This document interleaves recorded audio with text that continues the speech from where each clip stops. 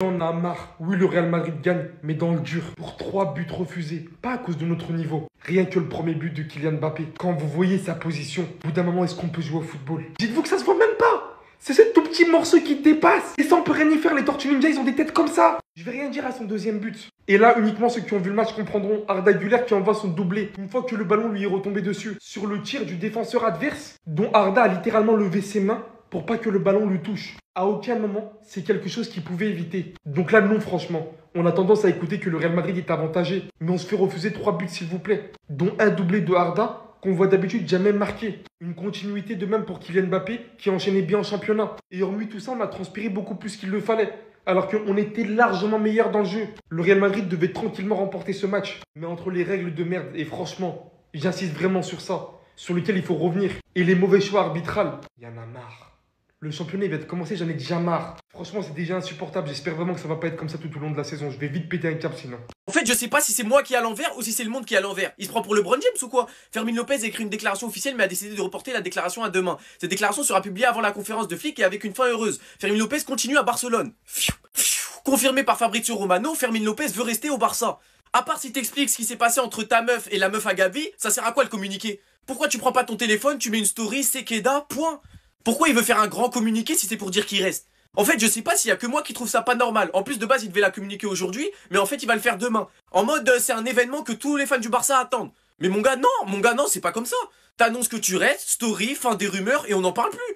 Non, là, Fermin Lopez, là, je suis pas d'accord, mon gars. Mais comme je t'ai dit, si t'annonces ce qui s'est passé avec Gavi, là, j'avoue, j'aurais rien à dire. D'ailleurs, en parlant de Gabi, il s'est blessé à l'entraînement aujourd'hui. Rien de grave, mais sa disponibilité pour le match est incertaine. Bon, vu la pelouse du Rayo Vallecano, vaut mieux que tu restes au repos, mon ref. Vaut mieux que nous tous on reste au repos, carrément. Parce que les gars, je sais pas vous, hein, mais moi je le sens le match bourbier. Dites-moi vous en pensez en commentaire, les gars, c'est pas vous abonner, vous êtes des bons, nous, on avance. Là, on reconnaît notre Vinicius, un Vinicius percutant qui prend ses responsabilités. Il y a qu'à voir comment il célèbre, il est plein de confiance. C'est cette version-là qu'on avait perdue, enfin il est de retour. Ce but va lui faire énormément de bien. En 3 matchs, il aura inscrit 2 buts et une passe décisive. Et en plus de ça, là, on commence à avoir une petite connexion qui se crée entre lui et Kylian Mbappé. Il le cherche beaucoup d'ailleurs dans le match. Même ici, ça se voit, hein. Il aura juste fallu qu'on mette sa place en danger une seule fois, les amis, pour qu'il se réveille. Dans cette première mi-temps-là, c'était le joueur le plus percutant du Real Madrid. Malgré les difficultés qu'on avait pour débloquer la situation, étant donné que Mallorca encore une fois joue bloc bas, comme par hasard. Kylian Mbappé qui, malgré une finition d'extraterrestre, le gars il est tout le temps en hors-jeu. Dites-vous que là, il y a eu 2 buts refusés pour hors-jeu, des buts magnifiques en plus de ça. Cependant, sur le deuxième but, il n'y a pas de souci, mais le premier but de Kylian Mbappé là, qui peut me dire où il est en hors-jeu ici? Ne parlez pas de son bras parce que ça compte pas, ou bien c'est un morceau de son crâne qui dépasse, dites-moi. Heureusement qu'Arda Güler est venu nous libérer parce que c'est juste après ce but là que la situation s'est débloquée. Arda Güler qui d'ailleurs avait beaucoup de mal en début de match, il perdait beaucoup de ballons, les passes n'étaient pas si précises que ça, beaucoup trop de mauvais choix, mais juste après son but là, le gars s'est réveillé, il commençait à bien jouer. Et en parlant de situation débloquée, c'est là que Valverde récupère le ballon sur un magnifique contre du Real Madrid. Vinicius prend le ballon, le Real Madrid est à 5 contre 3. Il aurait bien pu faire la passe à Kylian Mbappé ou à Mastantuono, sauf que non, fan de frappe, il se met sur son pied gauche et il enchaîne avec un tir. But. Vu le tirage qu'on a eu en Ligue des Champions cette saison, on aura besoin de cette version de toi. Ce petit, non en fait, vous n'avez plus le droit de l'appeler petit. Sendembaşka kuvvetli football du yok. Si vous n'avez pas compris, c'est pas mon problème, il fallait comprendre le turc. Aujourd'hui, c'était doublé, c'est l'arbitrage. Ne puez pas autant la merde à un tel point de lui annuler son but parce que le défenseur adverse tire sur Arda Güler et Arda Güler qui essaye de relever ses mains pour pas que le ballon l'atteigne, mais qui l'atteint quand même, involontairement. On prend au moins ce qu'on a, la puissante tête qu'il vient mettre pour son premier but. Mais il ne s'agit pas uniquement de ça. Il s'agit de voir à quel point toutes les actions offensives passent par ses pieds. Que physiquement, il est incroyable comparé à comment il est arrivé il y a 2 saisons.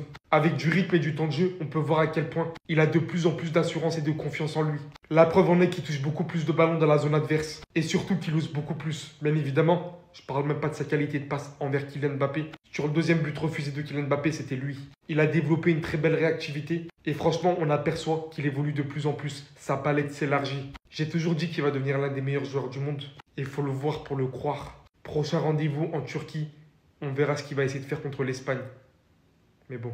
On fait ça, pourquoi on fait ça? Pourquoi toujours à demi-teinte? Les gars, on a pris du plaisir aujourd'hui, mais pourquoi ça va pas jusqu'au bout des 90? Victoire 2-1, et le problème, on se contente du minimum aujourd'hui. On a eu le droit à un but de Vinicius, les gars, je crois qu'on est en train d'assister à son retour en 4K. Ça y est, il commence à faire 10 fois plus. On a eu le droit à un but de Arda Güler. Le retour de Vinicius Junior, les gars, faut remercier quelqu'un. Xabi Alonso d'avoir mis Rodrigo sur sa route. Le but qu'il met, je sens que c'est fini. Aujourd'hui, il avait un peu plus de liberté sur son côté gauche grâce à Carreras. D'ailleurs, Carreras, s'il vous plaît. Aujourd'hui, c'est lui l'homme du match.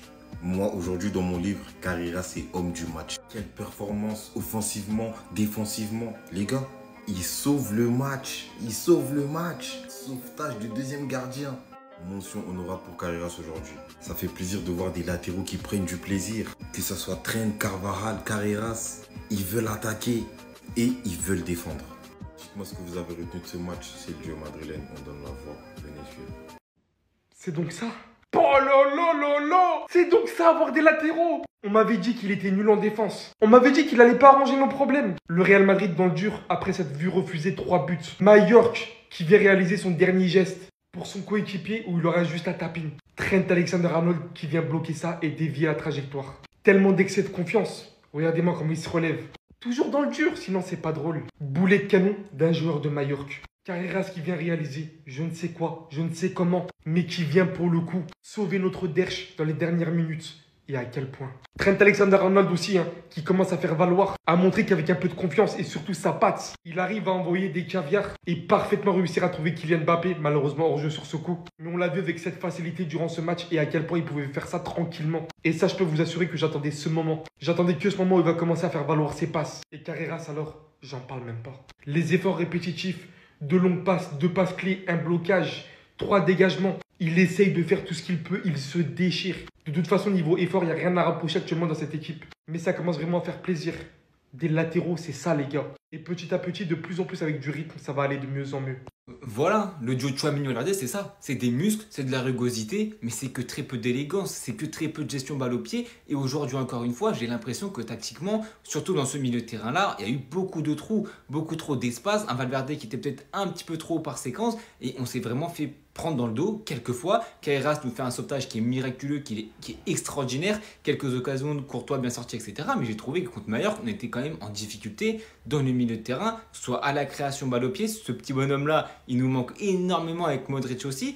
Mais aussi dans la capacité défensive à recevoir les actions. On a eu beaucoup de mal à se replier, à être cohérent même dans le pressing offensivement. J'ai trouvé que Mallorca se débarrassait trop facilement de notre pressing. Et je ne pense même pas que sur une séquence de pressing, peut-être une ou deux sur le but de Vini, notamment hors jeu de Mbappé, il fait une bonne récupération. Mais est-ce que sur un pressing collectif, vous avez vu que le Real Madrid a récupéré un ballon haut, qu'on a su agresser le porteur du ballon, être cohérent, être collectivement soudé pour la récupération du ballon? Moi personnellement, j'ai pas senti ça. Alors évidemment, je trouve qu'il y a quand même beaucoup plus de courses vers l'avant, beaucoup plus de courses pour récupérer le ballon, même pour agresser le porteur du ballon, même quand le pressing du Real Madrid est battu. Mais je trouve quand même que ça manque encore d'expérience. C'est normal, Xabi met ça en place depuis quelques semaines, quelques mois, donc il faudra attendre quelques mois encore une fois en janvier pour qu'on voit peut-être de la cohérence et enfin que ce pressing-là marche. Mais c'est vrai que j'ai trouvé un Real Madrid qui aujourd'hui, la victoire elle est là, mais j'ai trouvé que le Real Madrid quand même, on a manqué de constance au milieu de terrain, de puissance, mais aussi de capacité à ressortir le ballon et surtout plutôt de gérer ce tempo du match, d'avoir un mec qui te met le pied sur le ballon et tu peux te dire voilà, là tu souffles parce que le mec te gère le tempo, parce qu'il te trouve les angles de passe qui sont bonnes et malheureusement le mec qui est le plus à même de nous faire ça, c'est Dino Chen qui est défenseur central. Yo, c'est le meilleur défenseur central. Jackpot, c'est littéralement ce qu'on a eu avec ce joueur. Je me le disais un minimum, mais je me rendais pas compte à quel point il était profitable à son équipe. Aujourd'hui, d'une tête vraiment très compliquée et complexe à prendre. C'est lui qui va venir fournir ce ballon à Arda Güler via sa taille et son appui, qui va littéralement permettre à Arda de marquer. Mais hormis cela, c'est aussi lui qui établit tout l'arrière-jeu du Real Madrid. On se rend pas compte à quel point. Mais ses ressorties de balles sont extraordinaires. Sa qualité de passe par-dessus est incroyable. Ce mec est actuellement en train de réaliser au Real Madrid ce que Toni Kroos réalisait, mais en jouant au poste de défenseur central, qui monte quand même pas mal. Un peu dans le même genre de Stones avec City. Mais il est tout simplement impressionnant. Il a tellement pris une place importante au Real Madrid et rapidement, il est tellement devenu un taulier. Je vous assure que là, si actuellement demain il est absent, son absence, vous la remarquerez. Le tout est en plus de savoir que ce mec est encore ultra jeune. Wesh les gars, il a que 20 ans. C'est impressionnant. En sachant déjà tout ce qu'il sait faire. Mais là, on n'est pas prêt pour la suite. Arriver à la maturité de son football, ça sera beaucoup trop fort. Je suis tellement content. Il fait littéralement partie des meilleures recrues, si ce n'est la meilleure recrue de cet été. Oui, évidemment, on va parler de ces deux mecs, parce que c'est les deux joueurs qui ont été décisifs aujourd'hui. Mais tout d'abord, merci Carreras, et ensuite, merci Trent Alexander-Arnold, parce qu'aujourd'hui, défensivement, surtout en deuxième mi-temps, on a subi des choses qu'on ne devait pas subir, des occasions, des actions, un milieu de terrain, vraiment un gruyère. J'ai fait une vidéo complète, mais la rugosité, c'est bien, mais la précision technique et les trous qu'on a laissés, c'est pas normal. Donc, vivement que tu reviennes pour équilibrer le milieu de terrain. Et bien sûr, je vais laisser le temps à Xabi de mettre ce qu'il a à mettre en place, mais honnêtement, au milieu de terrain aujourd'hui, j'ai été très déçu des espaces, même au niveau du pressing, mais bon, j'en parle plus amplement dans la vidéo que j'ai sortie tout à l'heure, au niveau des milieux de terrain. Mais bon, évidemment, on parlait de l'entente Euchen Arda Güler sur le premier but du Real Madrid, mené 1-0 sur un corner de Muriqi. Décidément, les phases d'arrêté, on n'arrive pas à les gérer. Ça, c'est un vrai problème que Xabi et son staff doivent gommer. Mais c'est vrai que ce premier but, il arrive au meilleur moment, 36e minute sur un corner, joué à deux entre Massantano, Trent, qui trouve un long ballon sur Heuchen, qui remet de la tête à Güler. On sait que les deux s'entendent très très bien. Et aujourd'hui, la connexion Heuchen-Güler a marché avec ce but-là. Et ensuite, 38e minute sur un contre du Real Madrid mené par Valverde. Vinicius récupère le ballon, la baguette. Il a tout le monde à son choix. Mbappé, Massantano, il a qui il veut, sauf qu'il y va tout seul. Est-ce que c'est le bon choix? Honnêtement, il y a peut-être mieux à faire. Mais il se sentait en confiance dans ce match. Il a été très bon. Et aujourd'hui, il finit pied gauche, petit pont. Le hop se regarde parce qu'il est en train de assister à la renaissance de Vinicius Junior qui a goûté au banc. Et cela fait beaucoup de bien avec ce but. Mais aussi la passe pour Mbappé, la récupération pour le but d'Mbappé, malheureusement hors jeu. Honnêtement, Kylian n'a pas eu chance. Le Real Madrid a eu 3 buts hors jeu. Le but que je viens de vous dire, ce but-là, le premier but du match où vraiment, moi j'aimerais que la règle des hors-jeu soit révisée, que c'est les pieds qui comptent parce que là vraiment il n'y a rien, mais malheureusement il est hors-jeu. Et sur le but, évidemment, de Arda Güler, il a une petite main. Pour moi, honnêtement, c'est très compliqué à siffler parce qu'elle est vraiment collée au corps. La règle dit que s'il y a main et qu'il y a un but, le but ne compte pas. Donc bon, ça prive Arda Güler d'un doublé aujourd'hui malheureusement. Donc voilà, le principal, il a été fait. C'est les 3 points avant la trêve. Les joueurs partiront avec leur sélection, la tête libérée. On espère qu'ils reviendront le plus fort possible et avec le moins de blessures parce qu'on va entamer la LDC. Ça sera des gros matchs.